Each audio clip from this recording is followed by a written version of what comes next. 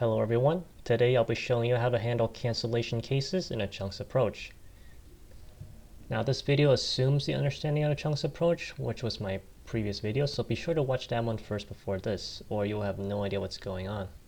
First of all, what is a cancellation? This happens during the transition from 4B to 4C, and these are two examples that will demonstrate that. Both cubes here have already solved 4A, so all the edges are oriented, and both of them have one LR edge on the back bottom, like so. Normally the next step is to put the last LR edge to the bottom, and the whole point of putting the LR edges on the bottom is so that we can AUF to align the corners, so that when we bring the LR edges back to the top, it solves the left and right layer. A cancellation happens when there's no need for that AUF. So when we bring this LR edge to the bottom, no AUF is needed to align the corners. So if there's no AUF, then there's also no need to put this LR edge to the bottom.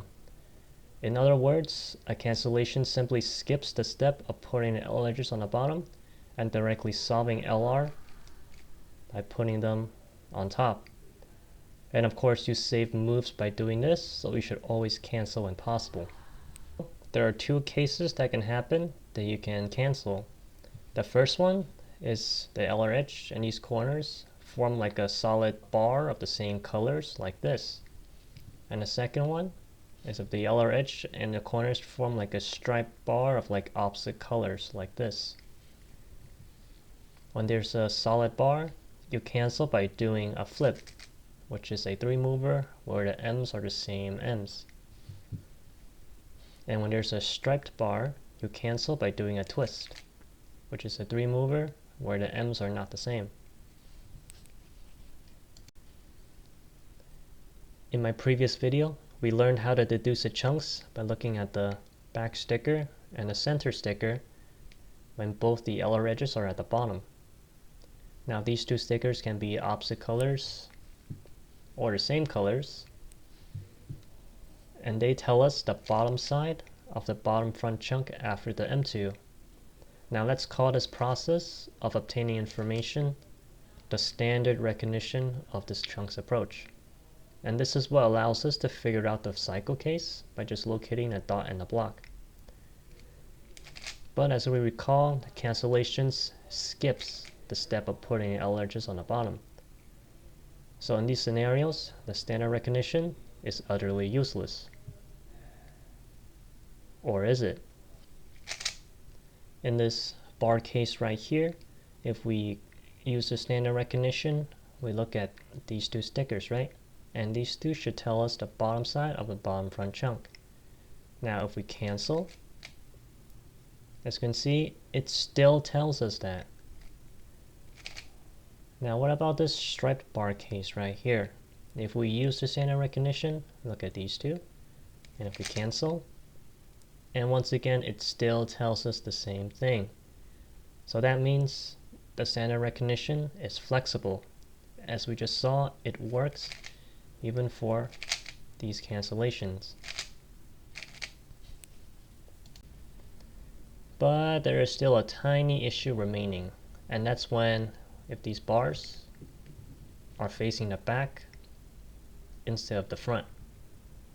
That's no problem. We can look at the same stickers. So in this case, it'll be the center and the front sticker this time. And then we do what's called a negation. And just like in math, if we negate something, we basically like flip the signs of something, right? So it's like a switch that flips between two states. In this case, the two states are the colors of the stickers. So if we negate the same colors, it becomes the opposite. And if we negate the opposite colors, it becomes the same. Returning back, if we look at this cancellation case here, we look at the center and front this time. In this case, they are opposites. So if we take the negation, they should be the same colors. So after we cancel, the bottom should be the same colors. Now if we look at this cancellation case here, we look at the center and fronts. In this case, they're the same. So if we take their negation, they'll become opposites. So if we cancel, bottom is now opposites. Just a side note, going back to the M2 case right here, if we look at the center and the front sticker this time, so these two right here, and then take the negation, it also tells us the bottom side of the bottom front chunk. But in this case, there's no point in doing all this extra work when we can just look at the back two stickers right here, and it tells us the same thing.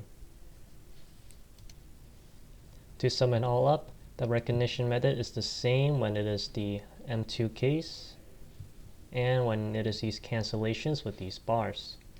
The only difference is with cancellations from the back side right here is that you just take the negation of these two.